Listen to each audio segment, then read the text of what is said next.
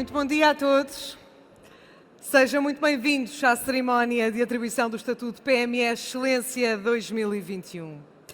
Temos a honra de reunir aqui hoje, nesta sala, as PME de maior sucesso do país.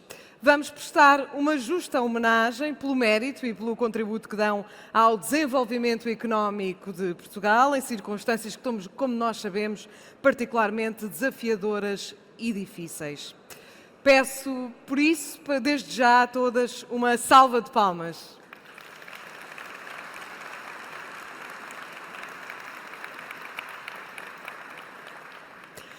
O Estatuto PME Excelência é uma distinção feita anualmente pelo IAPMEI, em parceria com o Turismo de Portugal, os principais bancos e o Sistema de Garantia Mútua, às micro, pequenas e médias empresas que apresentam níveis de desempenho e solidez superiores. Este ano são 3.881 as empresas distinguidas, com desempenho excelente em várias vertentes dos seus negócios. Algumas destas empresas foram mais além, destacaram-se ainda na exportação, nos índices de produtividade e de crescimento ou ainda na criação de valor e emprego. As empresas mais jovens, com ritmo de crescimento mais acelerado, apresentam-se neste universo lado a lado com empresas cuja longevidade e história merecem, claro está, o nosso reconhecimento. Daqui a pouco iremos saber mais sobre estas empresas, mas para a abertura da sessão passo a palavra ao Sr. Ministro da Economia e do Mar, António Costa Silva. Muito bom dia a todos. Queria começar por cumprimentar o IAPMEI e o Turismo de Portugal, na pessoa dos seus presidentes, por esta organização, depois do interregno provocado pela pandemia. Este é um momento muito especial em que reconhecemos o mérito empresarial. E o reconhecimento do mérito empresarial em Portugal é algo que não fazemos de forma profunda.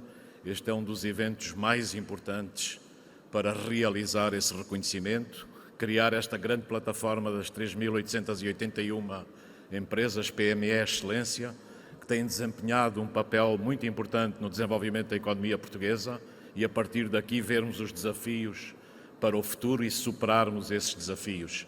Queria cumprimentar também o Sr. Presidente da Câmara Municipal da Batalha, a Sra. Vereadora da Câmara Municipal de Leiria, a Sra. Presidente do Banco de Fomento, o Sr. Secretário-Geral do Ministério da Economia e, enfim, todas as entidades que estão aqui presentes.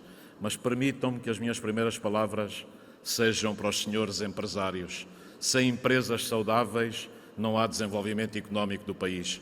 As empresas são o motor do desenvolvimento económico do país e, do ponto de vista do Governo e do Ministério da Economia, o que nós queremos fazer é ajudar as empresas nesse desenvolvimento, ter contacto com todos os setores, identificar os problemas, identificar os desafios e tentar mobilizar, ao nível da administração pública, os recursos que temos com políticas adequadas para superarmos esses desafios.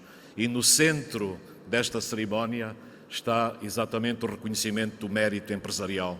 Nós somos um país que não faz isso de forma suficientemente profunda, mas penso que nós temos que partir daqui para termos uma nova ambição. A ambição em Portugal não se pode circunscrever ao futebol. Nós temos que ter ambição no crescimento económico, temos que ter ambição no crescimento da produtividade, temos que ter ambição no crescimento da competitividade, temos que ter ambição no crescimento das nossas exportações, temos que ter ambição no desenvolvimento de todo o sistema de inovação tecnológica.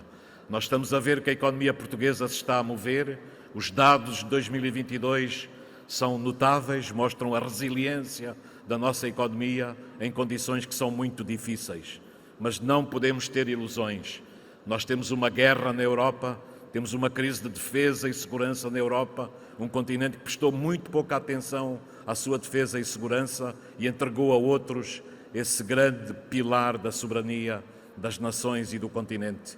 Temos uma crise energética sem precedentes, ainda por cima com a decisão da Europa de não deixar de importar cerca de 140 mil milhões de metros cúbicos de gás da Rússia. E 140 mil milhões de metros cúbicos de gás significa 27% do mercado mundial de LNG. E, portanto, esta transição vai ser uma transição com sobressaltos e estamos a ver a luta titânica e agressiva em todos os mercados mundiais para assegurar as reservas de gás que são importantes para superarmos este inverno e para olharmos de forma diferente para o futuro. Mas nós temos também uma crise climática e ambiental sem precedentes.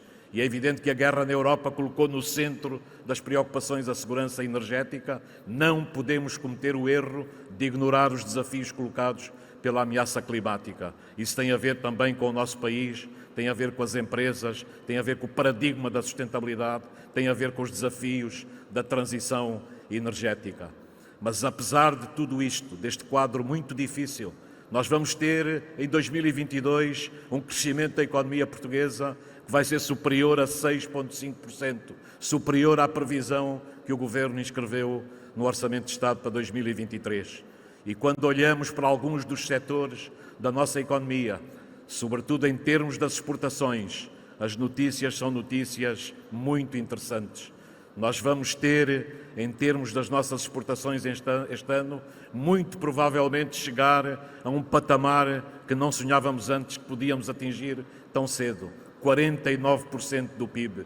E se chegarmos a este patamar, isto significa que temos empresas cada vez mais exportadoras. E a exportação significa competir no mercado global e levar todos os nossos estándares de desempenho, como está bem patente no desempenho destas 3.881 PMEs que contribuíram para este sucesso. E quando olhamos para os números, a economia portuguesa não é só turismo. O turismo é um setor fulcral, é um dos motores de desenvolvimento económico do país. Nós atingimos todos os recordes no setor de turismo em 2019, com 27 milhões de hóspedes, 18,4 mil milhões de euros de receitas. E todos dizíamos, para voltar a 2019, depois do surto pandémico que flagelou o país, ia demorar alguns anos. 2022 é uma revelação. Vamos bater o recorde de receitas de 2019 no turismo. Mas quando olhamos para outros setores, a resposta está a ser assinalável.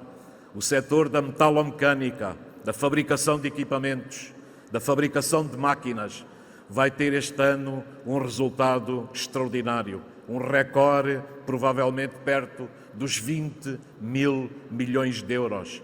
Vimos mês depois de mês, desde maio, abril, junho, os recordes do setor metalomecânico a serem batidos. Mas há também notícias muito interessantes do têxtil e do vestuário, que o máximo que conseguiu realizar foi cerca de 5.300 milhões de euros de receitas. Muito provavelmente chegaremos a este valor ou superaremos. O calçado é outra revelação.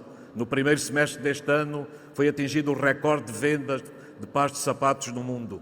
E creio que, com o que se verificou no terceiro e quarto trimestre, nós podemos ter também um resultado importante. E não é só nestes setores tradicionais da nossa economia que estamos a superar os desafios. A exportação de software, das tecnologias de comunicação e de desenvolvimento de software atingiram 2 mil milhões no ano passado. Em setembro já tínhamos atingido, em 2022, os 2 mil milhões e muito provavelmente chegaremos aos 3 mil milhões de euros. O que é que eu quero significar com isto? É que o sistema empresarial em Portugal tem uma capacidade de resposta e de resiliência que é muitas vezes subestimado.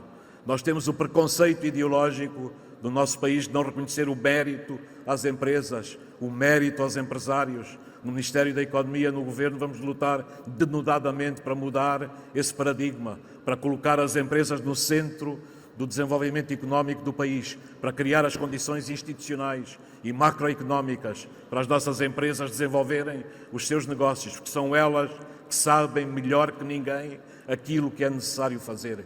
Mas, simultaneamente, quando estamos aqui nesta cerimónia a reconhecer o mérito empresarial, temos que identificar com muita clareza quais são os obstáculos, as espadas de Damócles que pendem sobre a economia portuguesa e têm constrangido a libertação de todo o seu potencial. E a primeira de todas são as qualificações. Vamos continuar a investir nas qualificações, na educação, na formação profissional. É absolutamente vital para o futuro, porque tudo aquilo que é um investimento em educação e em qualificações é o investimento mais reprodutivo que podemos ter na economia nacional. E se olharmos para o início do século, quando os nossos jovens acima dos 20 anos, apenas 12,8% tinham um curso superior, hoje já são cerca de 47,5% acima da média europeia. Estamos a fazer um caminho a esse nível. Precisamos, ao nível da nossa força de trabalho, continuar a qualificá-la e continuar a apostar. Mas há uma segunda alavanca que é absolutamente crucial, que é a capitalização das empresas. Nós somos dos países da União Europeia em que o nível de capital por trabalhador nas empresas é dos mais baixos. E as empresas, para se desenvolverem, precisam de acesso a recursos financeiros, a recursos humanos, a recursos tecnológicos. Tivemos aqui a demonstração in loco do que é a crise energética que estávamos a falar. E, portanto, estamos a ver que a energia é realmente o centro vital para o funcionamento das coisas. Estava a mencionar a importância absolutamente decisiva da capitalização das empresas. E é por isso que tenho grande esperança que o Banco Português de Fomento, agora com a liderança da doutora Celeste Agatong e da CEO Ana Carvalho, possa incrementar toda a sua atividade. O Banco de Fomento tem a gestão do Fundo de Recuperação e Resiliência, que são cerca de 1.600 milhões de euros, tem diferentes programas e se eles forem articulados com as necessidades das empresas, penso que isso será também absolutamente decisivo para as empresas terem um caminho, terem acesso ao financiamento, desenvolverem os seus projetos. O Banco Português de Fomento pode ser o grande banco promocional do Estado português, complementar a banca comercial, que é absolutamente decisiva. Não há uma economia saudável sem uma banca comercial saudável, mas o papel do Banco de Fomento, sobretudo apoiando os projetos a médio e longo prazo, aqueles projetos que a banca normalmente não financia e que vão complementar todo o sistema que atualmente existe, pode ser absolutamente decisivo para o futuro. Mas não podemos ignorar o terceiro grande eixo, que é a inovação. A inovação tecnológica é decisiva para transformar a economia portuguesa, para sermos mais competitivos. E a economia portuguesa também está a fazer o seu caminho ao nível da inovação. Em 2021, o investimento em investigação e desenvolvimento tecnológico que o país fez foi de 1,69% do PIB. Ainda é pouco, mas temos vindo a incrementar esse investimento e no programa do Governo queremos chegar a 3% do PIB em 2030. Mas o que é que se verifica hoje? O investimento das empresas em investigação e desenvolvimento tecnológico já é superior ao investimento público. E isto é um sinal muito claro que as empresas estão a reagir a todo este desenvolvimento do sistema científico e tecnológico, a apostar mais em inovação. Tem, nesta altura, quase metade dos investigadores que nós temos em Portugal, são 24.600 que operam nas empresas, e isso para mim é um sinal de grande esperança.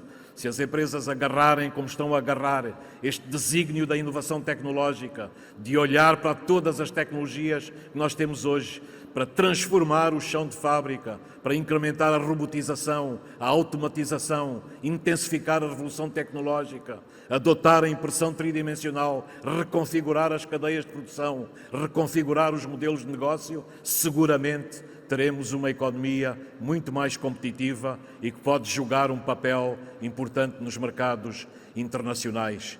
Temos também que melhorar todo o ecossistema de inovação e desenvolvimento tecnológico e a sua ligação com as empresas. É por isso que no Plano Nacional de Recuperação e Resiliência existe o programa Interface, que se destina exatamente a pôr todo este ecossistema em movimento e desenvolver a chamada fertilização cruzada entre as empresas, o sistema científico e tecnológico.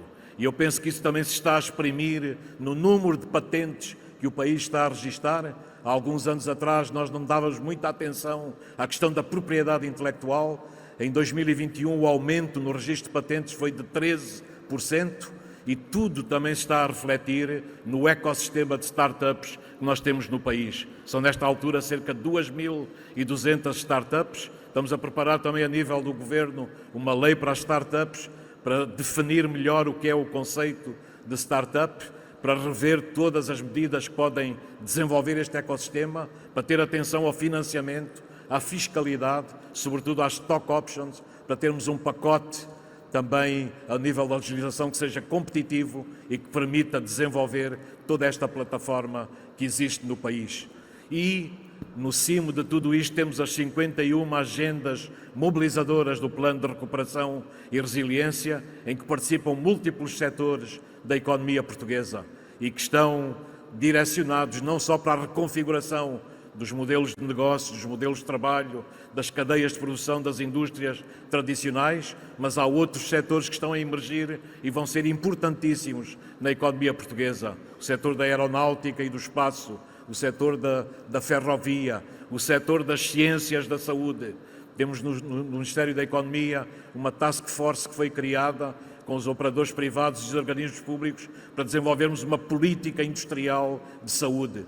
O país tem competências ao nível da fabricação das substâncias ativas dos medicamentos, da fertilização química, da fabricação de equipamentos médicos complexos, que se for potenciado pode desenvolver aqui um setor muito importante para criar produtos e serviços de alto valor acrescentado. E também não podemos esquecer a economia do mar. Sou das pessoas que acredita profundamente que a civilização que nós desenvolvemos é baseada em produtos muitas vezes poluentes. Nós temos de substituir esses produtos poluentes por biomateriais, por biomoléculas, e a economia do mar pode providenciar desenvolvimentos significativos, não só ao nível destes produtos, destes biomateriais, mas também no setor da alimentação, com as algas e as macroalgas, com a aquacultura e também com o desenvolvimento das energias offshore. Portugal tem um potencial imenso na energia eólica offshore. Temos recebido muitas propostas de companhias internacionais. O Sr. Primeiro-Ministro anunciou na Conferência dos Oceanos esse objetivo de chegarmos aos 10 gigawatts em 2030. É um objetivo muito ambicioso, mas nós precisamos de ambição, porque é a ambição que também nos faz mover e transformar as coisas. E basicamente queria, portanto, terminar dando os parabéns às 3.881 empresas, às PMEs, que em função da sua performance, do seu desempenho, obtêm este estatuto de PME Excelência. É um reconhecimento no tecido empresarial, é um reconhecimento do sistema financeiro, é a abertura de portas para a capacidade de financiamento, não só da banca, nos seguros, em toda a panóplia dos instrumentos de financiamento, e eu espero que se faça um caminho muito importante a partir daqui para o futuro. E o caminho baseia-se, aposta cada vez mais forte na inovação, na aceleração da transformação tecnológica e digital, na aceleração da transição energética, e este aspecto é um aspecto absolutamente importante, porque nós estamos nesta altura do lado certo da história, temos recursos a nível das energias renováveis que são significativos e temos exemplos no nosso tecido empresarial de apostas que foram feitas pelas empresas em devido tempo na eficiência energética e na descarbonização, e hoje são empresas mais competitivas porque não dependem de energia muito cara e que vem do exterior. E não há nenhum autocrata, não há nenhum Vladimir Putin que possa algum dia cancelar o abastecimento de vento ou de sol. E, portanto, a resiliência das energias renováveis é absolutamente decisiva para o futuro. E se nós combinarmos todos esses eixos e construirmos plataformas colaborativas entre o Governo e as empresas, e essa é a função do Ministério da Economia, dialogar com todos, tentar identificar os problemas, construir essas grandes plataformas de cooperação e, a partir daí, visualizarmos de forma diferente o futuro. 2023 vai ser um ano difícil, mas há todos os fatores de esperança que indiquei, que têm a ver com a resposta da economia portuguesa, tem a ver com o caminho que estamos a fazer e tem que ver também com a ambição que temos que introduzir em todos os setores da atividade do país. Muito obrigado e muito bom dia.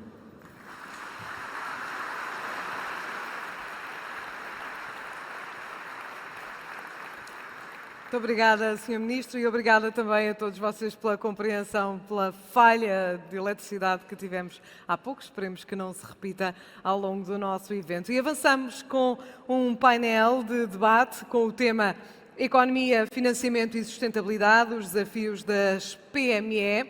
Um debate que será moderado pela Sofia Santos, da Lisbon School of Economics and Management do ISEG, vai ser a moderadora do nosso painel. Tenho como convidados Filipe Santos, da Católica Lisbon School of Business and Economics, da Universidade Católica Portuguesa, Catarina Figueiredo, da Carfi Fábrica de Plásticos e Moldes S.A., Rui Costa, da Turilima, Empreendimentos Turísticos Val do Lima S.A. e também Maria Celeste Agatong, do Banco Português de Fomento, a quem dou as boas-vindas e convido a virem ao palco para abrirmos a conversa e tenham um bom debate.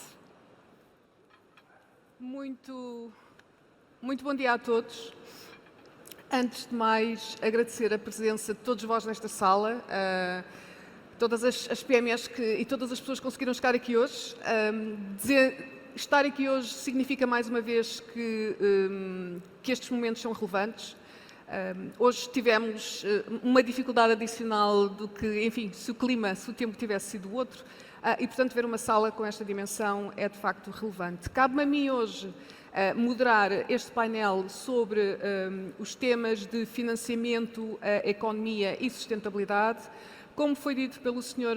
Ministro da Economia, as PMEs têm um papel fundamental e, de facto, muitas vezes não são valorizadas pela sua resiliência, pela sua força. É preciso evidenciar esse papel e também é fundamental as PMEs perceberem que os desafios que se colocam pela frente são cada vez mais amplos, mais diversos e também mais relacionados com outros temas que até agora nós poderíamos não ter dado tanta importância, nomeadamente, como também já foi referido, aos temas climáticos, aos temas da sustentabilidade, até porque o próprio financiamento e o acesso ao capital das empresas, de uma forma geral, vai estar muito associado também às boas práticas ambientais que as empresas vão conseguir ao longo do tempo ter, até porque esta exigência também impacta o setor financeiro.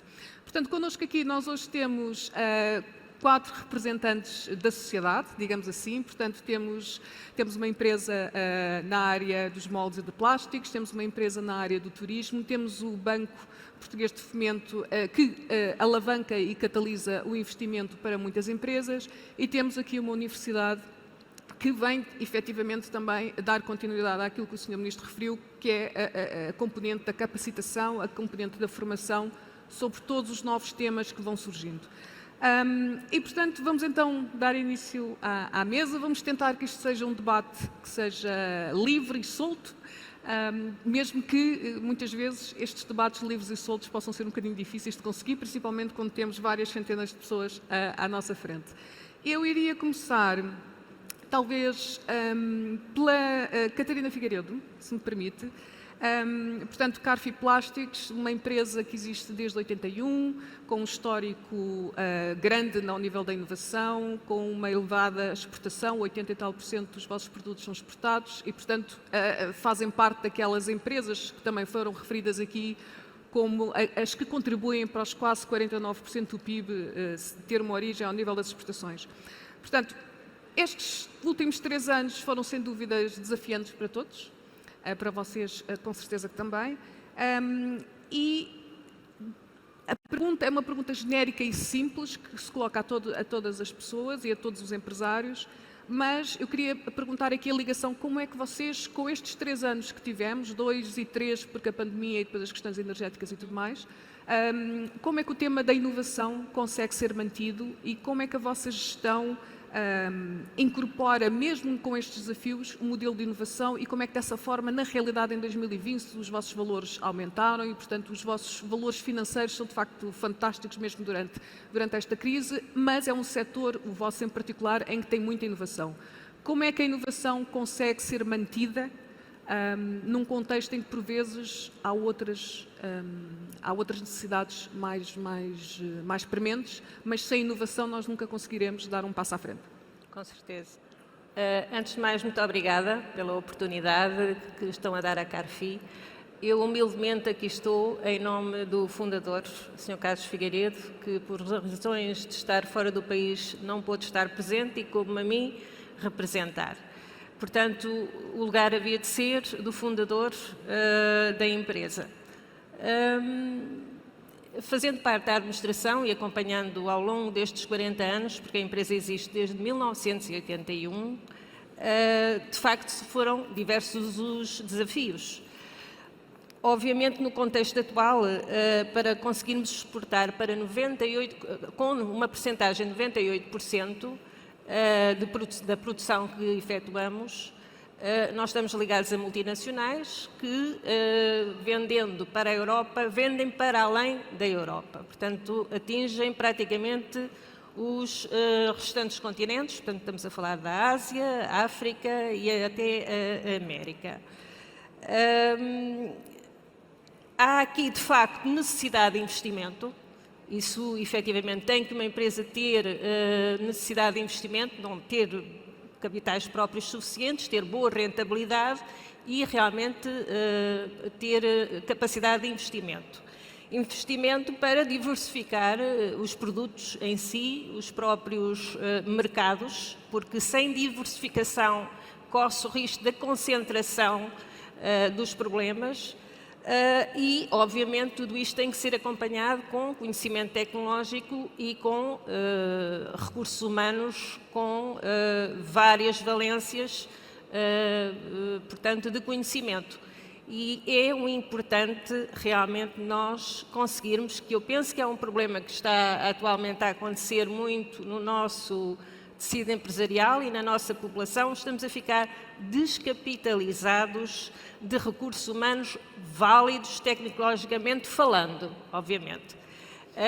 E nós, como empresas, devemos, de facto, apostar em realmente consolidar essas pessoas dentro das empresas, oferecer-lhes boas condições, porque sem bons recursos humanos, efetivamente, depois não conseguimos tirar a melhor rentabilidade tecnológica e todo o investimento em si. Portanto, estes são os 3 principais pilares de desafio que uma empresa hoje em dia tem que ter para poder estar a ser flexível e poder responder aos vários desafios que o mercado hoje apresenta. E os desafios são vários, de várias naturezas, desde já o ambiental, como o Sr. Primeiro-Ministro acabou de referir, toda a parte também da incerteza geopolítica e económica que estamos a atravessar. Temos de ter alguma flexibilidade nesse aspecto.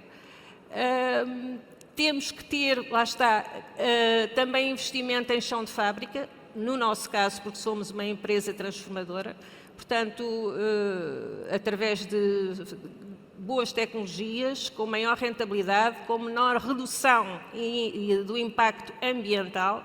Termos uma outra coisa que eu penso que também é uma boa política ao nível ambiental, é termos fornecedores que estão geograficamente perto de nós. Isto tem simultaneamente 2 coisas a favor. Uma é a redução do impacto da pegada ecológica e, associado a isso, obviamente, um menor custo de transporte que, portanto, ajuda a alavancar, portanto, a estrutura competitiva de uma empresa. Penso que possa ter respondido. Respondeu com certeza e, portanto, para uma empresa conseguir constantemente manter a sua inovação, precisa de uma aposta nas pessoas, uma aposta no conhecimento, também ter um ecossistema à volta que permita respeitar cada vez mais o ambiente. Por sua vez, essa abordagem também vai fortalecer os fornecedores locais, que também ajudam a desenvolver a economia local. Portanto, aqui uma abordagem de empresa como um agente também de transformação local, como um agente que faz... que tem um impacto positivo e afastarmos um pouco, não que tenha nada de errado, mas só por si hoje em dia não é suficiente, afastarmos um pouco da ideia de que as empresas devem apenas maximizar o lucro. Obviamente que a componente financeira é fundamental e é essencial, mas o que gostaria também de enfatizar hoje um pouco, e a conversa irá decorrer um pouco também por aí, é esta tendência cada vez mais crescente até da própria regulação europeia de atribuir um papel mais de social e mais de agente económico de desenvolvimento às empresas, que não sei se é ainda bem, se é ainda mal, que vai ser forçado um pouco através da regulação, e nada melhor do que antecipar essa regulação, tendo todas as empresas presentes esta componente. Obrigada, Cristina. Rui, Rui Costa, da Turilima, portanto, o empreendimento turístico. Como nós aqui falámos, o turismo é sempre a indústria transformadora e o turismo acabam por ser sempre daquelas duas indústrias que, quando há uma crise, são sempre muito enfatizadas, porque são ambas dois setores que exportam bastante, cada um de forma diferente, mas exportam. E, portanto, aqui a pergunta é como é que no setor do turismo vocês têm encontrado aqui a resiliência para manterem bons números, para manterem um bom desempenho financeiro, diferenciarem-se no vosso produto e também de que forma é que os temas ambientais poderão ter tido aqui alguma componente ou estão gradualmente ainda a ser percepcionados por vós como fatores competitivos, por exemplo? Bom dia a todos, muito obrigado pelo convite. Aproveito para cumprimentar aqui os meus colegas de painel. Realmente nós atuamos na área do turismo, somos uma empresa familiar com algumas vantagens que isso tem, porque realmente eu acho que de alguma forma nos é permitida uma gestão mais flexível e, portanto, uma adaptação a cada momento eventualmente mais rápida. Como é do conhecimento de toda a gente, a crise pandémica impactou de forma muito forte na área do turismo. Eventualmente as pessoas também vinham habituadas de anos, ou anos recentes, os anos entre 2015 e 2019, de grandes desempenhos, em que o crescimento do turismo foi realmente exponencial. Trata-se de um fenómeno social e económico que marcou a última década.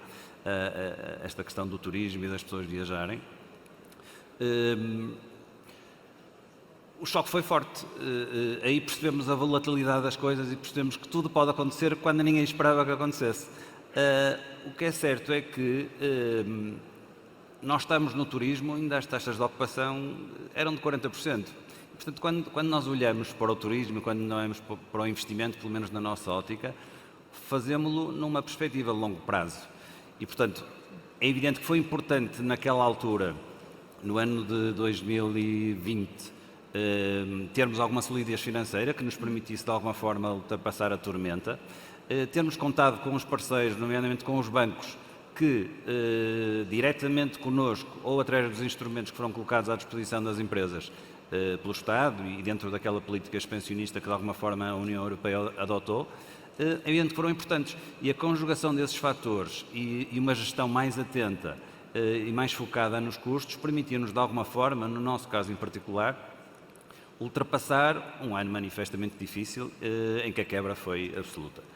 Certo é que, ao contrário de todas as prognoses que na altura se falavam e de alguma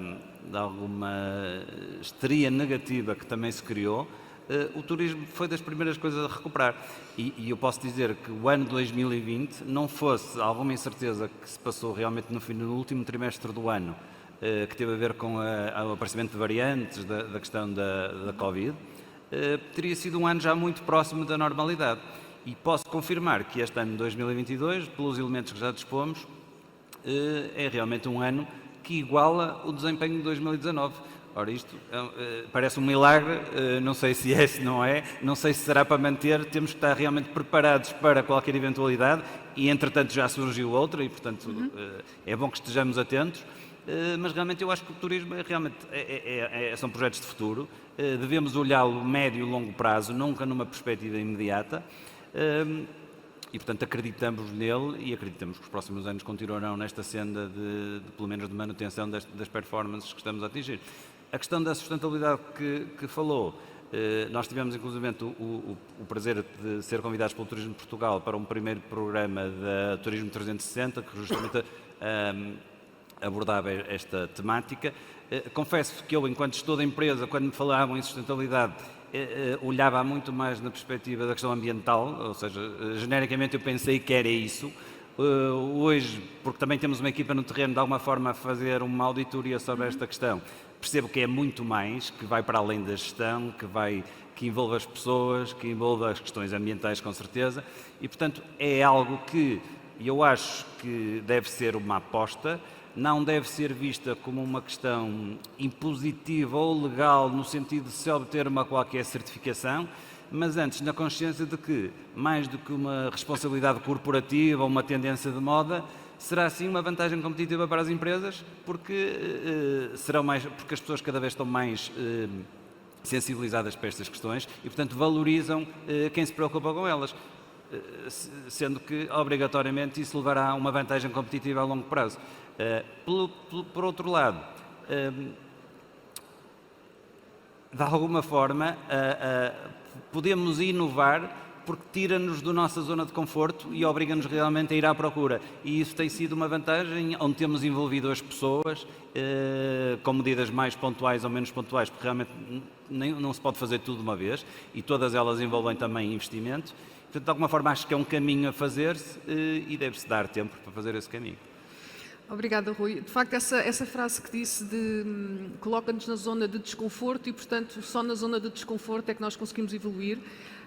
É uma frase que eu repito muitas vezes e que acho que faz todo sentido, que apesar de nós, o ser humano por natureza, a maioria de nós, não todos, mas a maioria de nós, somos aversos a esse desconforto e quase que tudo fazemos para não estar desconfortáveis, quando na realidade depois as mudanças fazem-se efetivamente quando estamos em pleno desconforto, o que significa que se ambicionarmos pensar nas empresas e no papel delas e na imensa necessidade que existe numa constante renovação, num constante desenvolvimento de novos produtos, então se calhar temos de passar a ter uma cultura talvez de constante insatisfação ou de constante desconforto para conseguirmos lidar com as coisas que acontecem, como por exemplo o que aconteceu aqui há pouco, não é? A luz apagou.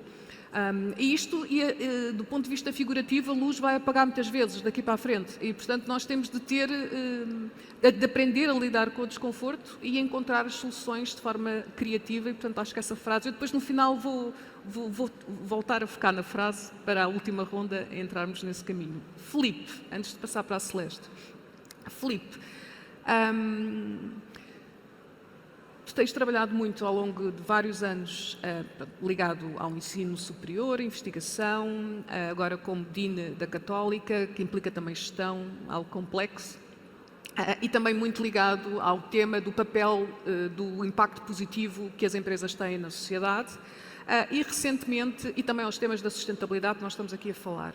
Recentemente, a Universidade Católica lançou um estudo em parceria com o IAPMEI sobre como é que as PME em Portugal estavam, de facto, a incorporar estes temas da sustentabilidade, que, de certa forma, há várias definições, mas, enfim, as Nações Unidas definiram a chamada Agenda 2030, que, no fundo, coloca aqui um conjunto de objetivos aspiracionais que o mundo e que as empresas devem ambicionar e que as empresas devem orientar as suas estratégias também para estes objetivos do desenvolvimento sustentável e que são 17 e que vão desde contribuir para eliminar a pobreza, aumentar a qualidade de vida, emprego digno, a eficiência energética, acesso à energia, inovação, tecnologia, cidades sustentáveis, biodiversidade e, portanto, colocar também nas empresas esta necessidade de acautelarem pelas pessoas e pelo planeta, porque de facto precisam das pessoas, e nomeadamente o setor do turismo em Portugal. Sem um bom planeta em Portugal, o setor do turismo iria à falência. E, portanto, há muitas empresas que... Aliás, há um estudo do World Economic Forum que diz que mais de 50% do PIB mundial depende da biodiversidade, isto é, da natureza. Eu gostava de um dia conseguir fazer esse estudo em Portugal, porque eu acho que o PIB português deve andar à volta dos 70% ou dos 80%, que depende da natureza, porque há muitas exportações que também têm origem em matéria-prima nacional e, portanto, ou há um ecossistema que permite essa matéria-prima, ou então o valor acrescentado bruto da empresa seria menor, porque teria de importar. Tendo dado este enquadramento sobre os Objetivos para o Desenvolvimento Sustentável, nós, nesse estudo, sem dúvida que se concluiu que havia uma grande percentagem das empresas que já tinham ouvido falar do tema, cerca de metade, diria que a nível da administração da empresa já estavam de alguma forma alinhados, mas de facto ainda falta aqui a incorporação disto no dia-a-dia das empresas e perceberem efetivamente o que é que isto significa. Portanto, aqui a minha pergunta era... Quais são os teus pensamentos sobre o resultado deste estudo, focado nas PMEs em Portugal e tendo em conta que este tema é cada vez mais relevante para as grandes empresas, que são muitas vezes os clientes das empresas que estão aqui hoje, No fundo, o que é que as empresas têm a ganhar com o facto de poderem desenvolver a sua estratégia de mercado e de negócio também alinhadas com estes temas da sustentabilidade, portanto, das pessoas e do planeta. Muito bem, Sofia, muito obrigado. Eu gostaria de começar por agradecer ao IAPMEI o convite para estar aqui e felicitar por este evento, por este reconhecimento da excelência. De facto, é fundamental nós premiarmos, reconhecermos a excelência empresarial como uma aspiração para todos. E é emocionante ver a dimensão e a mobilização que este evento criou. O tema da sustentabilidade que tão bem enquadraste. De facto, nós na Católica Lisbon estamos preocupados como é que o tema da sustentabilidade e dos Objetivos de Desenvolvimento Sustentável, dos 17 que falavas, estão a ser incorporados nas empresas portuguesas. E tipicamente pensa-se que esta é uma agenda dos Estados e das grandes empresas, das multinacionais. E nós olhamos de facto para as 60 maiores empresas portuguesas, mas quisemos também, em parceria com o IAPMEI, olhar para uma amostra de PMEs e perceber como é que estão a entender a sustentabilidade, como é que estão a identificar os temas e a incorporá-los na sua estratégia de negócio. O resultado indica que há algum reconhecimento da importância do tema, mais nos últimos 2 anos, mas ainda às vezes já as lideranças não estão completamente mobilizadas para a sua integração na cadeia de valor e no negócio e ainda não sabem muito bem como fazer essa integração.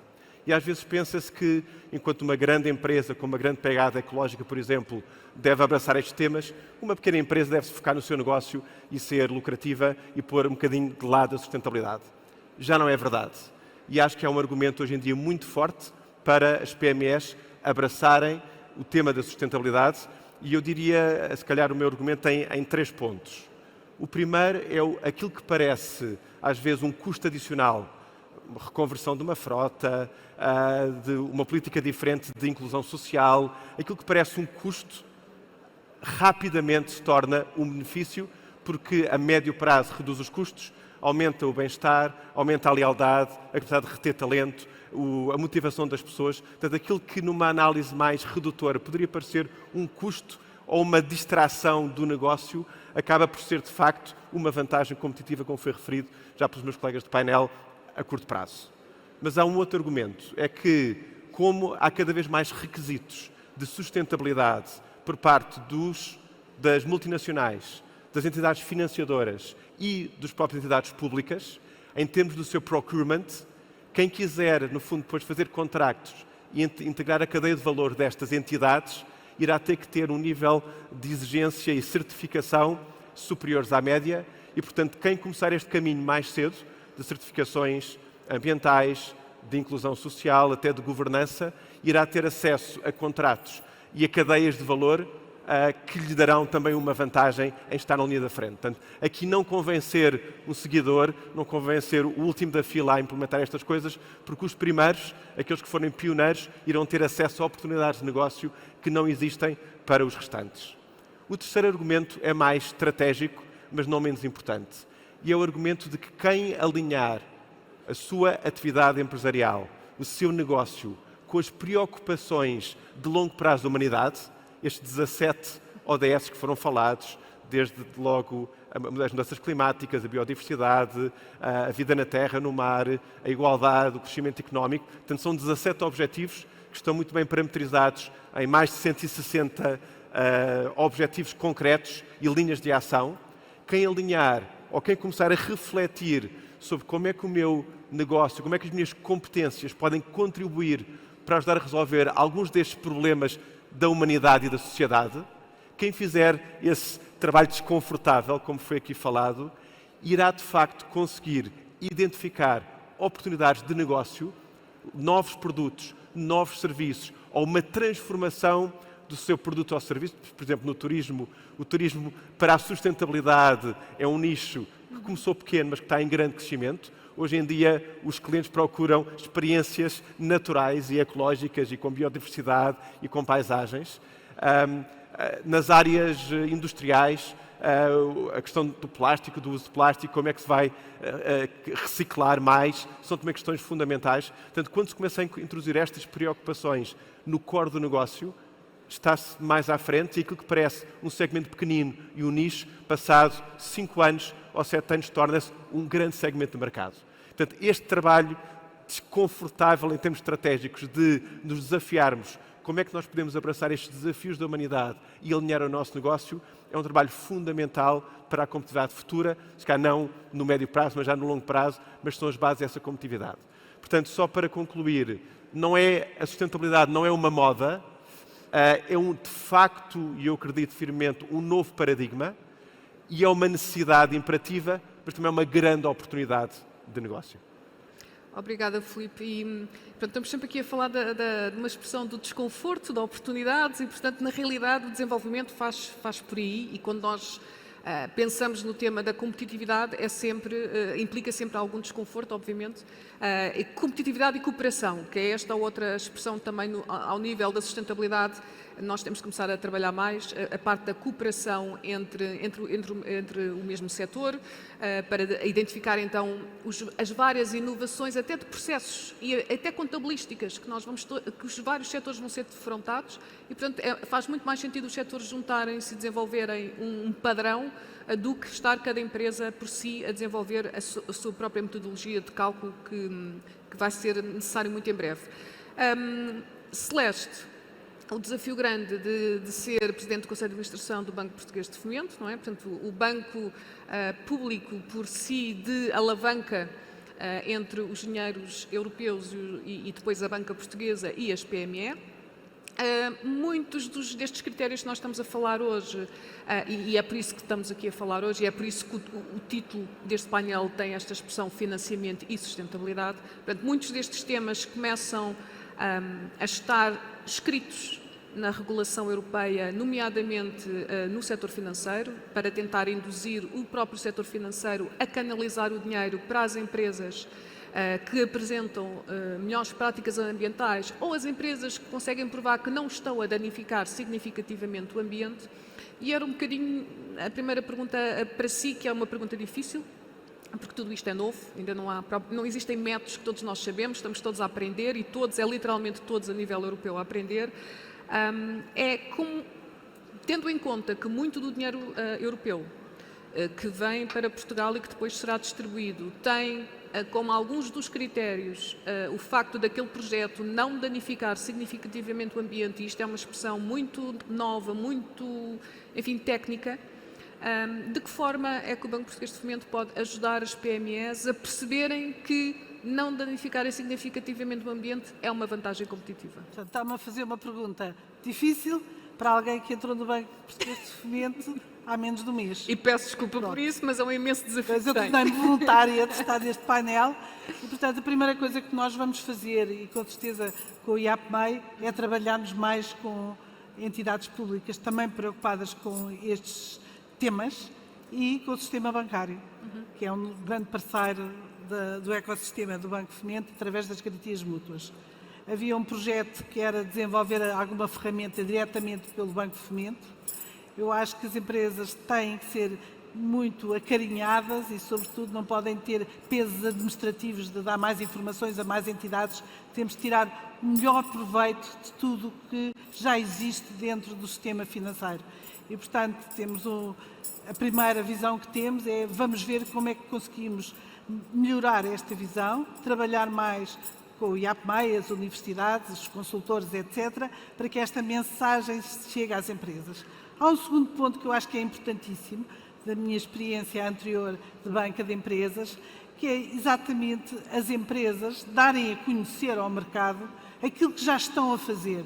Porque há muitas PMEs que já estão preocupadas com estes temas e já desenvolvem e podem ser case studies para outras entidades. Portanto, estes dois polos são importantíssimos. É evidente que os fundos europeus que vêm aí têm esta preocupação e, portanto, todos os agentes que estão envolvidos devem ter esta preocupação.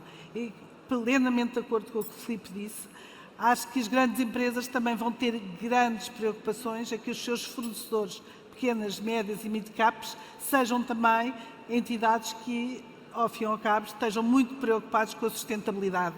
E, portanto, se as pequenas e médias e as mid-caps não estiverem preocupadas com a sustentabilidade e não derem a conhecer o que estão a fazer, também não podem, ao fim e ao cabo, ter uma posição tão competitiva como outras que venham a mostrar essas valências. Portanto, a necessidade de evidências das empresas, em todas aquelas que já estão neste caminho. Eu acho que é muito importante todas as que têm este caminho darem evidência, não só nos seus relatórios anuais, como também nas suas newsletters, e hoje em dia temos uma série de empresas de grande dimensão, onde a newsletter é 100% assuntos de sustentabilidade. É interessante ver isso. Portanto, é um caminho que foi feito rapidamente, em 2, 3 anos, e mudou completamente o que era uma newsletter de uma grande empresa, que era uma newsletter só de negócios, de crescimento.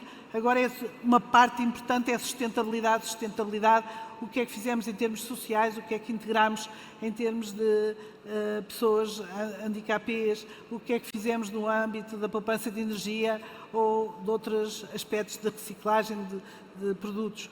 Portanto, tudo isto deve ser feito de uma forma harmoniosa. O Banco de Fomento está disponível para colaborar com estas entidades todas, no sentido que esta mensagem chegue o mais rapidamente às empresas e, sobretudo, que setorialmente seja abordada, que é muito importante porque os problemas não são idênticos. E, portanto, temos toda a disponibilidade para podermos trabalhar com estas entidades e, do nosso ponto de vista, é aportar o que adicionalmente será exigido pelos instrumentos comunitários que gerimos. Portanto, vai ser a nossa abordagem. Não queremos é trazer mais burocracia para as empresas, porque isso já têm tanta burocracia que temos que tornar isto viável com pouca burocracia. Portanto, tudo o que respondam para outras entidades que estão já a fazer esses levantamentos, nós vamos aproveitá-los. Portanto, é esta a estratégia. Eu só gostava de reforçar que isso é de facto muito importante. Quer dizer, eu própria tenho uma microempresa, portanto talvez um dia consiga chegar aqui a ser uma PME excelência, ainda estou longe disso, mas também lido diariamente com, enfim, com todas as dinâmicas mais positivas e mais negativas que o contexto nos traz, e é sem dúvida importante este tema, quando nós falamos em sustentabilidade, em financiamento e economia, percebermos que não estamos aqui a trazer uma carga não lógica de nova informação, porque algo que é preciso nós sabermos é que a nova informação vai ser necessária. Nós estamos a caminhar para existir uma componente adicional na contabilidade das empresas. Agora, o que é importante para o país é perceber que existem as instituições que, percebendo que esse é o futuro, vamos ajudar as PMEs a concentrarmos esta informação para não terem de reportar a informação várias vezes, não terem de a fazer de formas diferentes e, sem dúvida, a componente setorial eu também acho que é fundamental, porque cada setor poderá impactar significativamente o ambiente de forma diferente e, portanto, faz todo o sentido de todos os setores identificarem o que é que isso significa para si e, a partir daí, terem uma linguagem muito mais prática e isto poupa dinheiro, poupa tempo e promove um acesso ao financiamento de forma muito mais acelerada. Filipe, obrigada Celeste, voltava a ti, Filipe, aqui pela questão exatamente desta componente e tentando fazer a ponte com o tema que tu tens trabalhado mais, que é a chamada inovação social, portanto, como é que uma empresa, e no fundo a grande maioria das empresas, das PMEs em Portugal acaba por ter de forma inerente essa componente, a componente de inovação social, há várias componentes, chamemos assim, mas no fundo este tema de como é que uma empresa pode ajudar a resolver um problema societal e, ajudando a resolver esse problema, obviamente tem o seu retorno financeiro, mas também gera um impacto positivo na sociedade, gera um impacto positivo no ambiente. Acredito que muitas empresas em Portugal, de forma intrínseca, podem ter já esta parte da componente da inovação social. Consegues dar alguns exemplos? Consegues desmistificar este tema da inovação social para o que é que isto significa para as PMEs e porque é que este tema também vem ganhar um peso relevante muitas vezes para alguns fundos de private equity que procuram por estas empresas que estão aqui para colocar os seus investimentos, porque é que alguns deles começam à procura das tais empresas que também têm um impacto positivo na sociedade. Muito bem. Portanto, eu sou professor de inovação social e há mais de 15 anos que trabalho a fundo neste tema.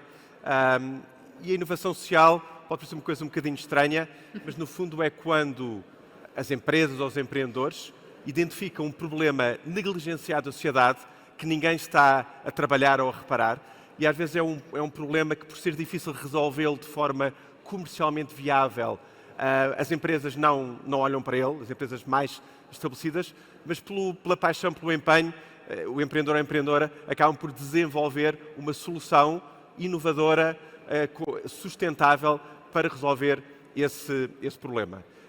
Eu recentemente tive como mentor de 10 projetos europeus, alguns portugueses, que foram a uma conferência internacional apresentar-se a um conjunto de investidores de impacto os seus projetos, e posso dar alguns exemplos só para inspiração.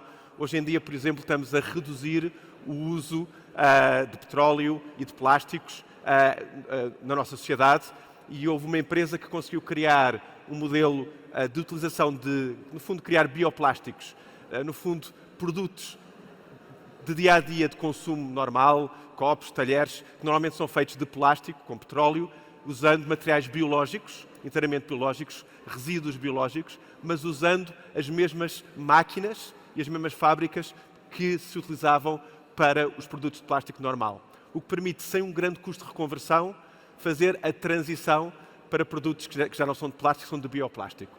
Esta empresa começou a vender, não só em supermercados, mas para os serviços internos de grandes empresas, já tem contratos de milhões e está a crescer. É um exemplo. Outra empresa encontrou uma forma, na promoção da biodiversidade, temos que, no fundo, repor ecossistemas que estão degradados. E o sistema de fazer essa reposição era muito antiquado, era muito manual, os biólogos iam in loco, passear pelos sítios, medir, ver o que é que iam plantar. Então, com o sistema de drones, que faz a visualização do terreno e que depois faz a plantagem automática, esta empresa consegue fazer, no fundo, o reflorestamento e a restauração da biodiversidade a terrenos degradados a 10 vezes menos que o custo da solução tradicional. Portanto, vai promover uma coisa fundamental, que é a biodiversidade e a reposição dos tempos ecológicos, a um custo muito pequeno, e ganham logo enormes contratos com empresas que têm a obrigação de fazer esse reflorestamento. Mais na área humana e social, uma empreendedora iraniana no Luxemburgo encontrou uma forma, há um desafio que é as crianças imigrantes, quando entram no novo país, não só têm dificuldade a aprender a língua nativa desse país, como essa dificuldade limita a sua aprendizagem, por exemplo, na matemática, que é fundamental para o raciocínio lógico das crianças. Então ela desenvolveu um sistema de aprendizagem de matemática no ensino primário que não usa a língua, usa apenas a parte visual, gestual, simbólica, que permite que as crianças com dificuldades na língua não sejam prejudicadas na parte da matemática. Esta solução foi já implementada em todas as escolas públicas do Luxemburgo e está agora em replicação também em Portugal e através da Europa. E, por fim, um quarto exemplo na área da empregabilidade. Nós hoje tentamos fazer um matching dos currículos e das funções com as novas áreas de trabalho, mas no fundo o que nós temos são conjuntos de skills que sabemos fazer. E se conseguimos categorizar esses skills, podemos fazer um matching com as posições certas, e há uma empresa alemã que no fundo conseguiu categorizar com a inteligência artificial todos os skills que existem. A pessoa consegue fazer um diagnóstico muito rapidamente dos seus skills e fazer um matching com, por exemplo, com o IFP ou com entidades empregadoras. Portanto, estes são exemplos, 4 exemplos em áreas diferentes, onde as empresas, olhando para um problema difícil da sociedade, a educação para a matemática, a empregabilidade, o reflorestamento, a transição energética, o menos uso de plástico nos bens de consumo, encontrou uma solução altamente competitiva que está a encontrar o seu mercado. Às vezes é o mercado de entidades públicas que vão comprar, às vezes é de grandes empresas, e está a fazer um caminho inesperado de inovação social. Estes exemplos inspiram-nos a todos e levam às vezes as grandes empresas e as PMEs nos seus negócios mais estabelecidos a pensarem, com as competências que eu tenho, com os desafios que aí vêm, como é que eu posso transformar o meu produto ou serviço para ser mais sustentável, para ser um exemplo de inovação social, e se o fizerem, irão ter acesso a financiamentos que procuram este tipo de investimentos, que além de comercialmente viáveis, têm também indicadores de impacto, porque muitos destes investimentos, ao criarem o que se chama externalidades, que são benefícios indiretos, o mercado tradicional falha e é preciso encontrar um ecossistema de apoio a estes projetos, mas que depois se provam altamente sustentáveis, uma vez validados em escala. Alguns exemplos de inovação social e um tema que complementa a inovação tecnológica, a inovação empresarial e que torna as sociedades mais resilientes, porque mais sustentáveis e mais inclusivas socialmente. Celeste, nós estamos a chegar ao fim, portanto vou-lhe colocar mais uma pergunta, sendo que já temos pouco tempo, portanto, e depois breves pensamentos com os nossos dois colegas das empresas. Celeste, qual é, face a este tema e a forma também como o Filipe explicou, quais são as expectativas do Banco Português de Fomento face à forma como o mercado financeiro também, os vossos parceiros, quer bancos, quer fundos de investimento, poderão passar a olhar estes temas? Que expectativas é que têm? São grandes porque o regulador já pôs algumas condições e, portanto, estando o regulador já preocupado com estes temas, é evidente que quer não só a parte da banca, mas também dos seguros, vão de certeza estar muito obrigados a ver estas regras novas a que estão sujeitas, quer nos seus critérios de rating, quer na sua atuação própria. E hoje já é uma realidade, quer dizer, por exemplo, nos instrumentos que existem para financiamento de comércio externo, desde que os produtos sejam altamente poluentes ou que sejam de alguns dos setores que hoje em dia se querem reduzir, já não pode entrar nem nos seguros comerciais, nem nos seguros com garantia do Estado. Portanto, isso já acontece. Se, por exemplo, se disserem a um país europeu que tem que financiar uma refinaria nova de aumento de capacidade num país terceiro, mesmo com fornecimentos de equipamentos europeus, isso já não pode ser feito. É bom termos esta ideia, porque a Europa está-se a arredar desse mercado, que também tem desvantagens, não só em termos de fornecimento, como de financiamento. Portanto, na atividade internacional das empresas, é muito importante que estas mesmas regras vão ser também ajustadas para esses fornecimentos. Na Europa é evidente que temos os mesmos regulamentos, mas para fora da Europa isso já está a acontecer. Portanto, há um bom exemplo em Moçambique, que havia um projeto de exploração, complementado a um projeto de exploração de carvão, e foram 2 ECAs que o financiaram, nenhuma delas europeias, e nenhum dos financiamentos foi dado em termos europeus, e os europeus ficaram fora. Portanto, é importante também termos esta ideia de que isto também limitou a capacidade de intervenção em alguns países. Eu não estou a defender que se deva, mas é dizer que isto já é respeitado pelos europeus. Já é respeitado.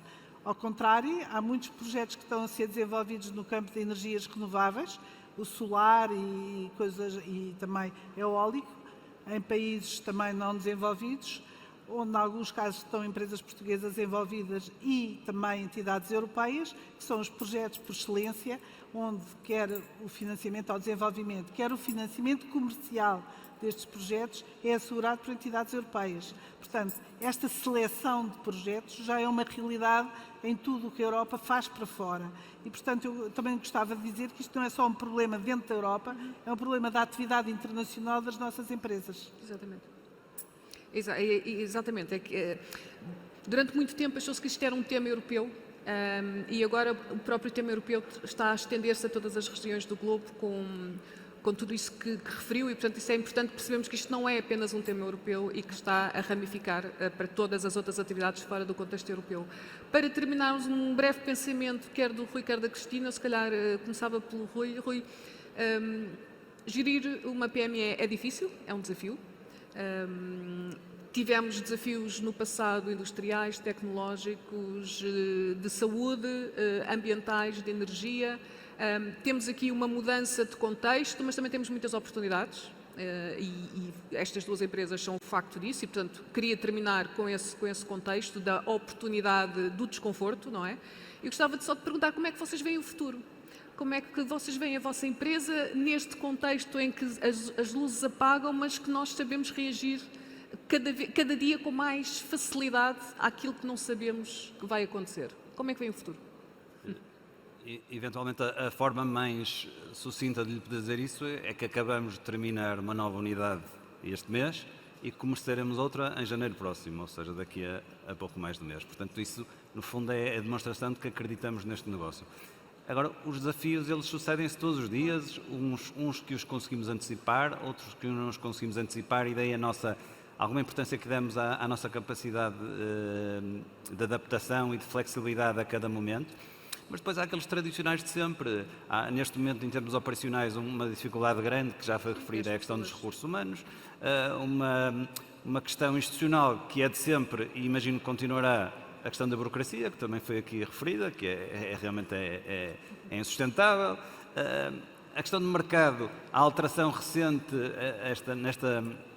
nesta fase de inflação alta, com o consequente reflexo nas taxas de juro, que determina que, se calhar, a forma como fazíamos os investimentos tem que ser repensadas, porque se calhar o serviço, os custos financeiros já não justificam o recurso ao financiamento, portanto, tudo isso tem que ser ponderado casuisticamente e no nosso pensamento e no meu pensamento em particular, acho que, não obstante ter os olhos no futuro, ter sempre aqui uma rédea de médio prazo, porque a muito longo prazo realmente tudo isto é muito volátil, mas a curto prazo os investimentos também não se justificam, portanto, no fundo era isso que era esse testemunho que eu deixava. Obrigada, Rui Cristina. Eu penso que sempre que há uma crise, há uma mudança, quer pelo lado das ameaças, quer pelo lado das oportunidades. Querendo deixar aqui uma mensagem positiva, e porque estamos na reta final, deixar uma mensagem de esperança e de oportunidade. Apesar de realmente vir um novo ano, nós estamos a terminar este ano, vem uma maior taxa de inflação, sem dúvida, vem uma incerteza, com certeza que sim, vamos ter crise energética, com certeza que sim, mas todas estas ameaças também representam oportunidades. Há sempre os dois lados da moeda, nunca há só o lado menos bom. O que é que isto quer dizer, traduzido? Quer dizer que, se calhar, há diferentes formas de nos financiarmos, há maior diversidade no financiamento, há oportunidades como nunca houve da parte humana haver requalificação, mesmo até uma vez que a esperança de vida aumentou, as reformas estão prolongadas e, portanto, há necessidade de requalificação dos ativos que estão no mercado de trabalho, paralelamente, obviamente, integrar os jovens e saber realmente retê-los. Portanto, também há aqui uma oportunidade.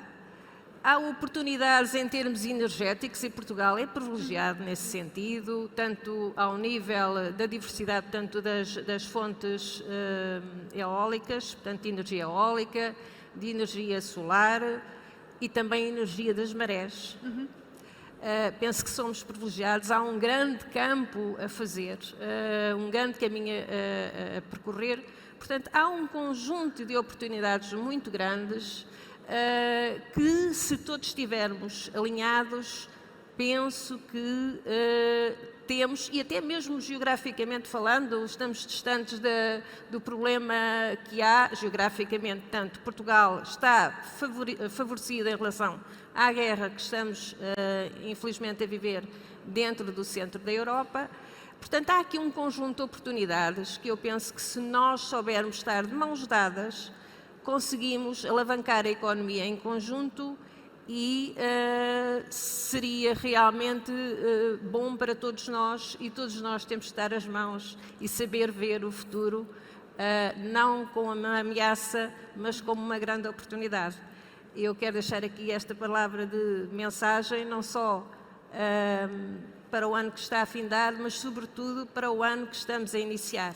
E bem-aja, portanto, ao IAPMEI pelo evento que está a fazer, porque realmente consegue conjugar aqui, como vimos neste painel, os vários quadrantes da economia de mãos dadas. Este é, por exemplo, um belo exemplo que temos à nossa frente.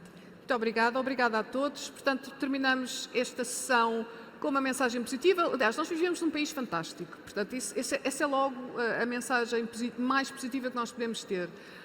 Por muito difícil, por muito burocrático que seja, o que é facto é que nós vivemos num sítio privilegiado do mundo. Nós temos condições geográficas únicas, temos de aprender a geri-las melhor, até por causa das alterações climáticas e tudo mais, mas vivemos num país que é fantástico, que nos dá uma qualidade de vida que é muito difícil, até noutros países europeus. Nós conseguimos ter a qualidade de vida que, de uma forma geral, Portugal consegue facilitar isso. Temos aqui a componente também dos recursos humanos e, portanto, pedia apenas uma salva de palmas aqui à nossa equipa para passar à sessão seguinte. Vamos.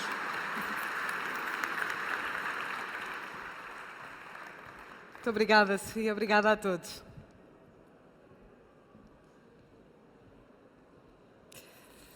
E passo agora a chamar ao palco Nuno Fazenda, Secretário de Estado do Turismo, Comércio e Serviços. Muito bom dia a todos. Quero começar por cumprimentar o Sr. Presidente da Câmara Municipal da Batalha, Sr. Presidente do IAPMEI, Sr. Presidente do Turismo Portugal, entidades promotoras desta iniciativa, senhoras e senhores empresários. Quero começar por cumprimentar e saudar o IAPMEI e o Turismo Portugal, as diferentes instituições bancárias, as sociedades de garantia mútua pela iniciativa que aqui hoje organizam e por se unirem e também por premiarem a excelência e para demonstrarem que é muito mais do que uma palavra. E por isso a primeira nota que quero deixar é esta, é que as empresas aqui hoje reconhecidas são o rosto de uma economia pujante, são o rosto de uma economia do futuro, são o rosto de uma economia com futuro. São, por outras palavras, o farol da nossa economia portuguesa e por isso para elas uma grande salva de palmas que eu peço a todos, porque é merecido o justo reconhecimento. No caso do turismo, comércio e serviços, celebramos o reconhecimento de 2.163 PME Excelência, o que significa cerca de 60% do universo PME Excelência aqui hoje reconhecido. E neste âmbito, importa referir, no distrito onde estamos, no distrito de Leiria, que este distrito se encontra no top 5 das PME Excelência. E, por isso, este é um distrito não só pujante do ponto de vista do seu tecido empresarial, mas também naquilo que é a sua força na excelência e, por isso, é também de saudar o distrito de Leiria pela sua força ao nível empresarial e da sua excelência. Mas excelência é também cada vez mais sinónimo de resiliência. Nesta edição, falamos do desempenho das empresas, precisamente em 2020, um ano atípico e difícil para todos. Por essa razão, o reconhecimento que hoje é feito não é só o da excelência, é também o reconhecimento da resiliência, pois foi trabalhar num contexto particularmente grave e sem paralelo na nossa história coletiva. No caso do turismo, a título de exemplo, em 2020, o número de dormidas recuou 24 anos e o valor das receitas recuou 10 anos. Apesar disso, as empresas do turismo resistiram de uma forma notável, permitindo que em 2022 o Portugal recupere e supere o melhor ano de sempre de 2019, superando as receitas turísticas em mais 14%. Hoje mesmo saíram os resultados do INE para outubro e nos 10 primeiros meses Portugal já superou o melhor ano de sempre no turismo em termos de proveitos. É um dado assinalável e isso deve-se ao trabalho das empresas do turismo, mas também às políticas públicas que favoreceram esse crescimento. Mas esse crescimento não é um exclusivo do turismo. Desde 2015, nos anos pré-pandemia, Portugal alcançou todos os anos recordes históricos nas suas exportações. E por isso, a todas as empresas, só podemos dizer o nosso muito obrigado. E por isso, saúdo as empresas que num ano difícil, que no pós-anos difíceis conseguiram recuperar e saúdo aquelas que hoje foram premiadas por este reconhecimento feito pelas instituições que avaliaram. A excelência do vosso desempenho é um estímulo e uma inspiração para todo o setor empresarial, mas é também um estímulo para termos melhores políticas públicas. Estamos conscientes de que a conjuntura atual não é favorável e estamos cientes dos desafios que enfrentam na sua vida diária: gestão da dívida, pagamento de salários, custos de energia, necessidade de mão de obra. Temos vindo e vamos prosseguir na criação de instrumentos de apoio às empresas, de modo a responder, com sentido de urgência, aos anseios do tecido empresarial. E temos de o fazer, porque, como hoje o Sr. Ministro referiu de manhã, as empresas são o motor da nossa economia. Estamos ao lado das empresas, a trabalhar no presente e empenhados em construir o futuro. Um futuro cada vez mais inclusivo, mais inteligente e mais sustentável. Sabemos que é preciso ir mais longe, é preciso capacitar mais, inovar e competir melhor. E neste âmbito temos o papel muito importante dos fundos europeus, no âmbito do Portugal 2030 e do Plano de Recuperação e Resiliência. Vamos ter ao nosso dispor o maior pacote de fundos europeus do que há memória, cerca de 60 mil milhões de euros. Isto quer dizer que vamos ter que passar de uma execução juntando o Portugal 2020, que falta, 2030 e o PRR, vamos ter que passar de uma execução anual de 3 mil milhões de euros para 6 mil milhões de euros por ano. E este é um desafio muito grande que nos é colocado a todos. E as empresas, neste ciclo de fundos comunitários que se aproxima, estão e bem na linha da frente dos fundos europeus. O financiamento comunitário, juntando o Portugal 2030 e o PRR, irá aumentar 90% em relação ao financiamento do Portugal 2020. Repito, haverá um aumento de 90% do apoio às empresas do Portugal 2020 para aquilo que é o somatório do Portugal 2030 e do PRR. E isto é uma aposta, é uma opção política e fará a diferença no reforço da competitividade das nossas empresas, nomeadamente na capacitação dos seus quadros e na transição digital e na transição climática. O desafio da boa aplicação dos fundos europeus é um desafio que nos convoca a todos. Convoca o Governo na definição das políticas e nas prioridades e na criação de condições para a boa aplicação. Convoca as instituições que gerem os fundos europeus, as autoridades de gestão, os organismos intermédios, como é o caso do Turismo de Portugal e do IAPMEI, na análise dos projetos nos devidos prazos, nos pagamentos nos devidos prazos, mas também convoca os promotores na execução de bons projetos, na apresentação de boas candidaturas e no cumprimento dos prazos a que se comprometem quando apresentam candidaturas. Mas há um aspecto que aqui já hoje foi dito, é que para aplicar depressa e bem, que é o desafio que nós temos pela frente, temos de ser mais ágeis. Sem perder o rigor e a transparência, temos de prosseguir o esforço de desburocratização, de tornar mais ágil e célere a ação do Estado com as empresas e com os cidadãos. Simplificar é mais do que necessário, é uma prioridade que temos de ter todos os dias. E temos também de explicar melhor os apoios disponíveis. Esta é uma obrigação, sobretudo, das instituições públicas. Na atividade das empresas, e especialmente do turismo, comércio e serviços, as pessoas têm também um papel essencial. As empresas e as pessoas e as qualificações são prioridades de política do Governo, a que juntamos a valorização do território e a afirmação de Portugal no mundo, através da internacionalização de Portugal, dos seus territórios e das suas empresas. E temos os instrumentos de política pública preparados para esse efeito. 2023 vai ser um ano marcado pela incerteza, resultante de uma guerra na Europa, da inflação e de uma crise energética. Mas cá estaremos para dar resposta aos desafios do presente, para apoiar as empresas, mas sem perder de vista a ambição de liderar a economia do futuro. E liderar a economia do futuro significa uma economia mais sustentável, mais tecnológica, mais inclusiva e significa empresas de excelência como as que aqui hoje estamos a reconhecer. Para concluir, temos de reforçar o que foi bem feito, mas temos de fazer ainda mais e melhor. Como digo, na desburocratização, nos apoios, na comunicação desses apoios, nas qualificações, nos rendimentos, na transição climática e digital. Não podemos ficar somente na gestão do dia-a-dia. Temos de ter ainda mais ambição e é isso que vamos procurar fazer com as empresas, com as instituições, com as autarquias locais e com as pessoas. Este é um desafio que nos convoca a todos e, por fim, agradecer uma vez mais a vossa presença, o vosso trabalho, o trabalho notável que as empresas têm feito, porque é com as empresas que a economia portuguesa tem crescido e que temos batido recordes de sucessivos nas nossas exportações. Muito obrigado, bom trabalho para todos. Vamos então conhecer o conjunto de empresas PME Excelência que se distinguiram pelo seu desempenho em 7 categorias. A categoria mais exportação, mais produtividade, criação de valor, mais crescimento, empresas gazela, mais emprego e longevidade. Para nos ajudar neste reconhecimento, chamo ao palco o Presidente do IAPMEI, Francisco Sá, também o Presidente do Turismo de Portugal, Luís Araújo, e o Secretário de Estado da Economia, Pedro Cilínio.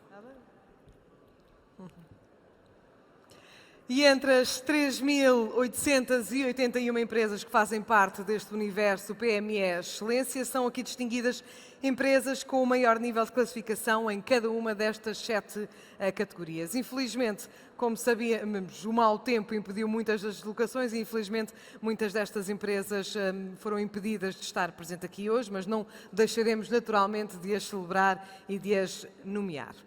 Começamos então por conhecer as PME Excelência 2021 com maior dinamismo exportador, empresas que têm contribuído para projetar a imagem de Portugal no mundo. Nesta categoria, distinguimos as empresas com maiores níveis de intensidade e dinamismo nas exportações. Entregamos um pequeno troféu, símbolo de apreço pelo contributo destas empresas para a nossa economia. E para entregar estas distinções, peço que se juntem a nós em palco os representantes parceiros PME Excelência, Milênio BCP, Santander e Novo Banco.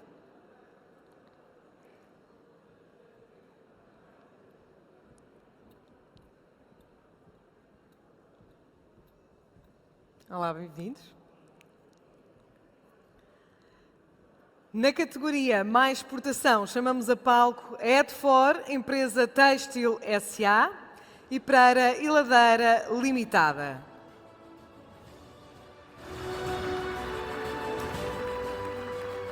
Foram ainda distinguidas nesta categoria, mas impossibilitadas de estar presentes, a Aveleda SA, a Casa Santos Lima, Companhia das Vinhas SA, Cris Têxtil Confecção Limitada, Madeira e Madeira Limitada e a Plimate Plásticos Industriais Matos SA.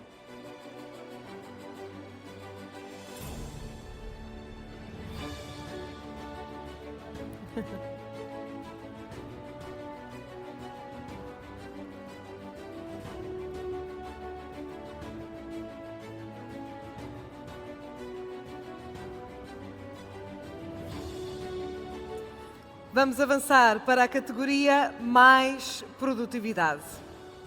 Garantir produtividade permite às empresas que as empresas cresçam de forma sólida e sustentada.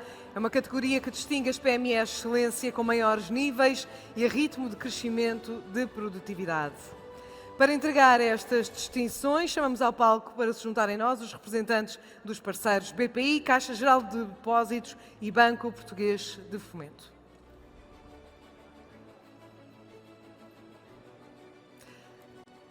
Vamos então chamar as empresas que se destacaram na categoria de mais produtividade. Chamo ao palco a NR Produções e Representações Limitada e a Mundi Perfil SA.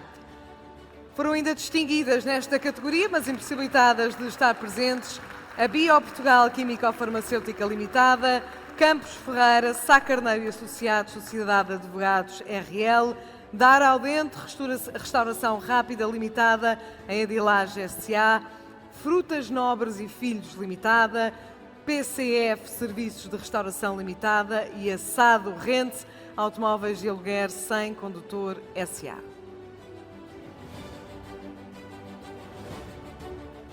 Muito obrigada e parabéns. Posso ainda também, muito obrigada. Passamos à categoria Criação de Valor. As empresas PME Excelência destacam-se pela capacidade demonstrada na geração de valor. Nesta categoria, distinguimos empresas com maiores níveis e dinamismo na geração de valor. Para entregar esta categoria, chamo ao palco os parceiros do PME Excelência, Crédito Agrícola, Banco Montepio e Norgarante.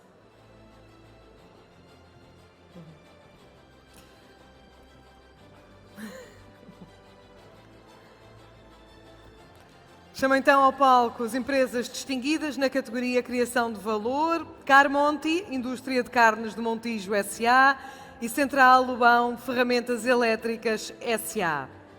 Foram ainda distinguidas, mas impossibilitadas de estar presentes, as empresas BC Évora, Gestão de Restaurantes SA, Cunha Soares e Filhos SA e a Cutipol, Cutelarias Portuguesa SA, também a Grace Tour, Grande Centro Turístico Limitada, Pedro França S.A., Pedro Queiroz, Nuno Mota Campos, Miguel Almeida Fernandes e Associados, Sociedade de Advogados, SCV Drive Unipessoal Limitada. Muitos parabéns a todos.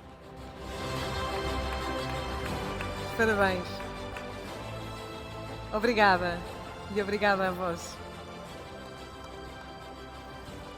Com certeza que se juntará a nós depois o representante da empresa premiada. Muito obrigada. Conhecemos agora as PME Excelência 2021 com maior índice de crescimento. Para entregar estas distinções, chamo ao palco os parceiros Banco Inter, Fidelidade e Lis Garante. Olá. Na categoria mais crescimento, começo por chamar Ângulo Verde Limitada, 10 para 1 Restauração Limitada, o Cabeças Leitão Assado Limitada, RCN Innovation in Aluminium Systems Limitada, Samidel Confecções Limitada, Tecnilouro Engenharia e Construção Limitada. Fazem ainda parte desta categoria as empresas Inforland SA e IZET Inovação, Soluções Económicas e Tecnologias Ecológicas SA.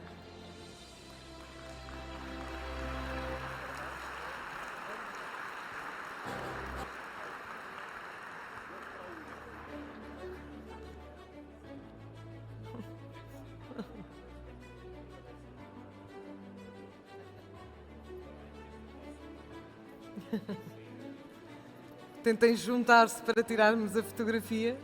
Vou afastar daqui. Não conseguem, não é?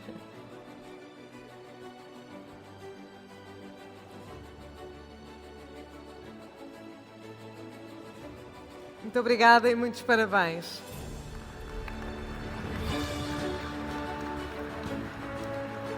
Muito obrigada, parabéns.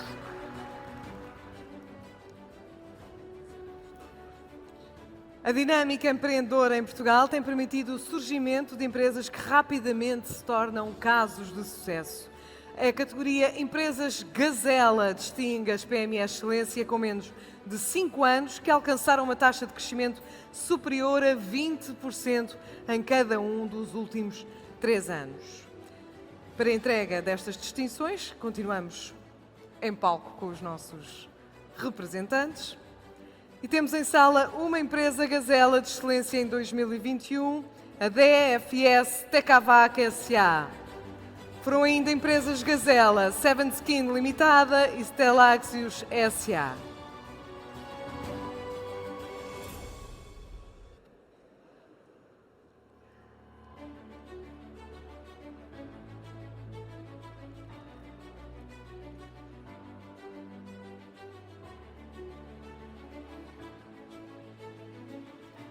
Parabéns e obrigada.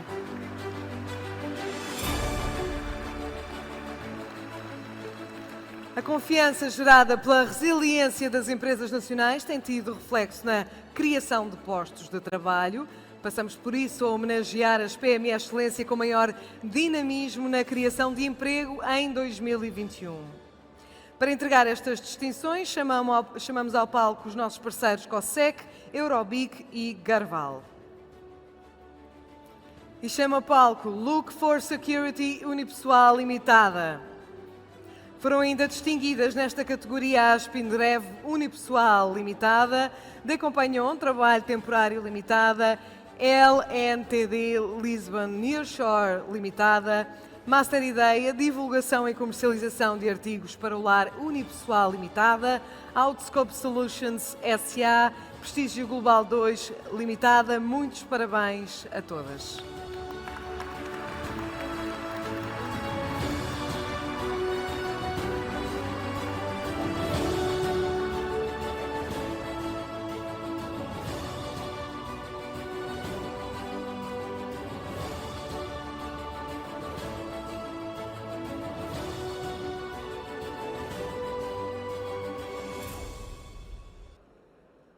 Muito obrigada, parabéns.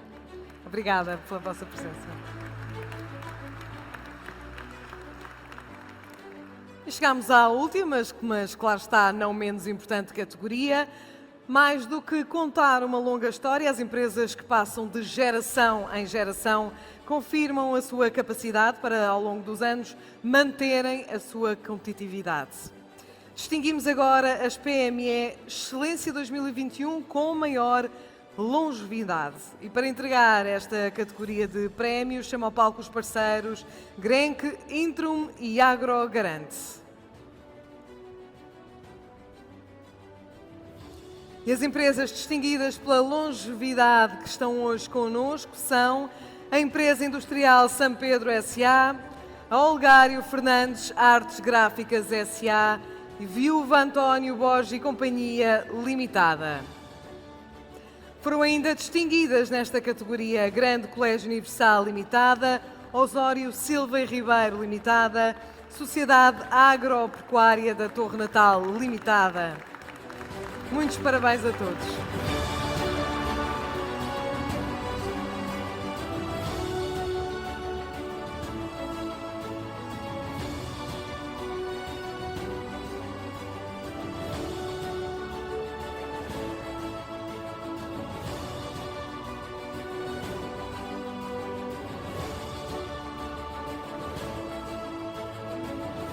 Muito obrigada a todos. Podem todos regressar aos seus lugares. Podem também regressar aos seus lugares, tirando o Sr. Secretário de Estado, que se calhar convidava já a ficar connosco. Resta-me também desejar e dar os parabéns a todas as empresas, não apenas às que se destacaram em áreas específicas dos seus negócios, mas também a todas as PME Excelência que demonstraram a sua robustez, que fazem avançar Portugal e que são os exemplos de sucesso que vale a pena conhecer, dar a conhecer e, claro está, replicar. Para todas elas, eu peço-vos um forte aplauso.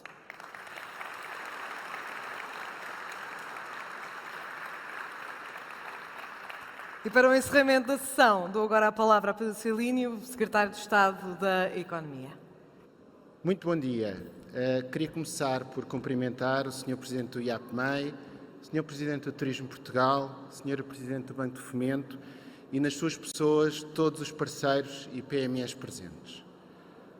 O ano 2021 foi um ano ainda marcado pelas consequências da pandemia do Covid-19 e pelas implicações sociais e económicas, mas também pelo início da retoma da atividade. Fruto do esforço das empresas e das medidas de apoio que foram disponibilizadas também, não só o impacto da crise foi menor do que o inicialmente projetado, mas foi possível preservar emprego e aumentar as exportações. Efetivamente, ultrapassando as projeções mais otimistas, Portugal apresentou um crescimento superior à média da União Europeia e da zona euro e uma taxa de desemprego historicamente baixa. Mesmo perante contextos adversos, as PME foram responsáveis pela grande maioria da riqueza gerada em Portugal e provaram mais uma vez a sua resiliência face à recuperação que se perspectivava. Importa hoje destacar e reconhecer as melhores práticas ao nível da sustentabilidade, criação de valor, dinamização de negócios que se adaptaram a novos contextos globais e apoiaram o país na superação deste desafio. Neste contexto, as PMEs Excelência são um exemplo para o ecossistema empresarial e uma inspiração na atual conjuntura, disseminando as melhores práticas de negócio. Através deste reconhecimento, as empresas ampliam a sua visibilidade, incrementam a sua reputação, o que facilita a sua relação com fornecedores, com financiadores e com clientes. Apesar da exigência dos critérios de seleção, o número de PMEs Excelência tem aumentado significativamente desde a sua criação. Em 2021 foram distinguidas mais de 3.800 empresas, responsáveis por mais de 120 mil postos de trabalho diretos, presentes nas diversas localizações geográficas e setores de atividade. Tratam-se de empresas que apresentam uma elevada solidez económico-financeira, com uma redução do seu passivo líquido em cerca de 63%, reforçando os seus capitais próprios em cerca de 17% e aumentando os seus investimentos e os seus ativos em cerca de 13%. Estamos perante um universo de empresas que contribuíram e continuarão a contribuir para a construção de uma economia mais resiliente, capaz de dar resposta aos desafios do presente e do futuro. O meu obrigado ao IAPMEI, ao Turismo Portugal e a todos os parceiros por esta iniciativa e por este reconhecimento, mas em particular os meus parabéns a todas as PMEs Excelência. O atual contexto coloca-nos perante um cenário excepcional, mas particularmente desafiante. A economia continua a dar sinais de recuperação e Portugal deverá apresentar um crescimento de 6,5% em 2022, com uma recuperação evidente ao nível da produção industrial e do turismo. Mas a recuperação da economia surge num contexto geopolítico complexo, que se traduziu em perturbações das cadeias logísticas internacionais, fortes pressões inflacionistas com particular influência no preço da energia. Mas aos desafios do presente acrescem os desafios do futuro. Porque não estamos sozinhos, o contexto da competição global revela também que existe ainda um caminho a percorrer para incorporar mais valor acrescentado no tecido empresarial e mudar o perfil de especialização da nossa economia. Esse caminho passa em grande parte por acelerar a aposta na inovação das nossas PMEs, no seu processo de transição verde e digital e na qualificação do seu capital humano, tendo como base aqueles que são os fatores endógenos que nos tornam únicos e a colaboração entre empresas e destas com as entidades do sistema de investigação e inovação. A capacidade de resposta das nossas empresas, da qual as PMEs de excelência são exemplo, dá-nos confiança para continuar a caminhar rumo a uma economia resiliente e empreendedora. Assenta em empresas competitivas no mercado global, suportada no conhecimento e inovação, fortemente exportadora, renovada em contínuo por um ecossistema empreendedor dinâmico, aliciante para o investimento privado, inclusiva e atrativa para o talento humano português e internacional. Neste percurso, as empresas podem contar com as entidades do Ministério da Economia e do Mar, entre as quais destaco o IAPMEI, o Turismo de Portugal, o Banco Português de Fomento, mas também a Agência Nacional de Inovação, a Startup Portugal e o Compete, para fazerem chegar às empresas, de forma cada vez mais simples e eficaz, os recursos que são necessários à sua transformação, acelerando a execução das medidas de apoio, com destaque para as do Plano de Recuperação e Resiliência, do Portugal 2020 e, em breve, também as do Portugal 2030. Esta é uma receita ambiciosa para responder aos desafios do presente e do futuro, que traz empresas e, em particular, as PME como elemento central. O Ministério da Economia e do Mar estará ao lado das empresas para as apoiar neste caminho. Obrigado. Muito obrigada.